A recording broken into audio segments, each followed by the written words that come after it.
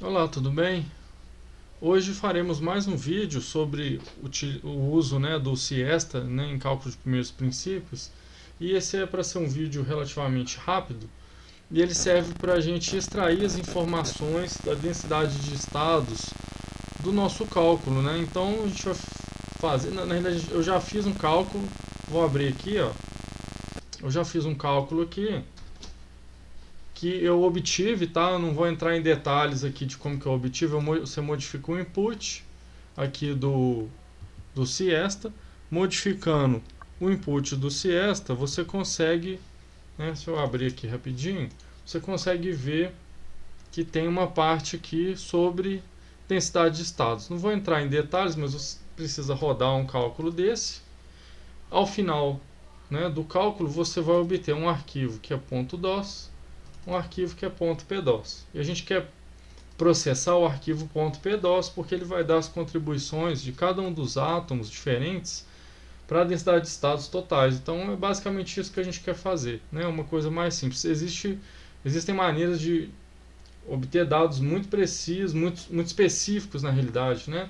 De cada um dos tipos atômicos, mas nós estamos apenas interessados no momento em separar de quais átomos, né, são as contribuições.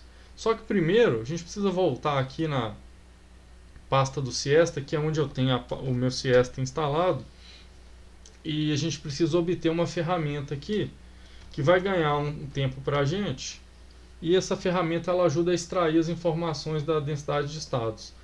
Então, se você entrar nessa pasta útil aqui, você entra útil, aí aqui dentro tem várias coisas, a gente vai entrar nessa pasta aqui contrib, né? Se a gente ver o que tem aqui dentro, a gente tem duas pastas. Você vai entrar nessa primeira aqui, do Andrei Poshnikov, e essa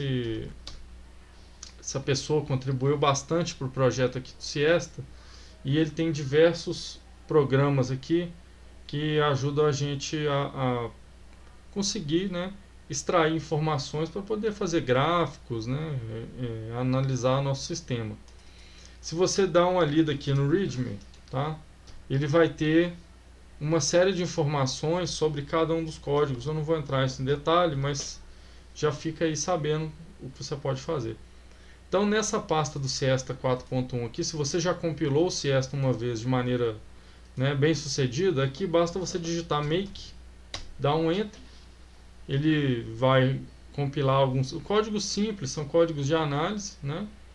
Aí compilou. Se você mostrar os arquivos aqui, vão ver alguns arquivos verdes. Aí assim, você pode fazer duas coisas: ou você exporta, né, essa pasta para ser uma pasta do sistema, né? Não é muito difícil, mas eu não quero gastar tempo com isso nesse vídeo. Ou você copia os executáveis, que são os arquivos verdes. Então a gente vai precisar desse arquivo aqui, ó, fmpdos, tá? Então vamos copiar ele aqui, fmpdos. Aí a pasta de destino eu tenho que ver aqui, vai ser essa pasta aqui, né? Vou copiar ela, volto aqui, ó, copiei o arquivo. Aqui na minha pasta de destino aparece o fmpdos, beleza. E como que funciona esse fmpdos? Antes, vale a pena você inspecionar. Deixa eu ver se dá para ver uma coisa aqui no PDOS. Não, aqui a gente não consegue ver, só a saída depois. Então, basicamente, o que a gente precisa fazer aqui é executar esse programa, tá?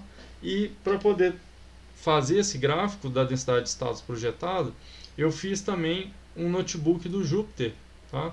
Que eu vou disponibilizar para vocês. E esse notebook do Jupyter aqui, basicamente, ele vai ler algumas informações e vai fazer um gráfico para a gente. Então, antes de fazer isso, a gente precisa, ó, apertei a janela errada, a gente precisa fornecer os dados da densidade de estados, que é executar esse programa. E como que funciona? A gente executa ele, ./fmpdos, ele vai começar a pedir algumas coisas, tá? Então aqui, ó, ele quer o nome do arquivo. Então, com o mouse aqui, você pode selecionar o arquivo bom, pode copiar e colar, mas com o botão do meio do mouse, se você tiver um botão do meio, geralmente é aquela rodinha, né, que você usa para empurrar para cima e para baixo, né? Você pode colar aqui. Então ele quer o nome do arquivo que tem o PDOS. Você tem que informar isso. Beleza. e é ele que é o arquivo de saída. Então, para o arquivo de saída, eu sugiro você colocar um nome aqui em específico, que é o nome que o meu notebook do Jupyter vai ler, tá? Então, por exemplo, eu tenho um cálculo aqui que tem molibdênio e boro, então eu quero extrair primeiro as informações do molibdênio. Então, eu vou criar um arquivo com o nome de MO, que é o tipo atômico, né, do molibdênio. Aí o arquivo .pdos.dat, né? Deixa eu conferir se é .dat. Aqui em cima.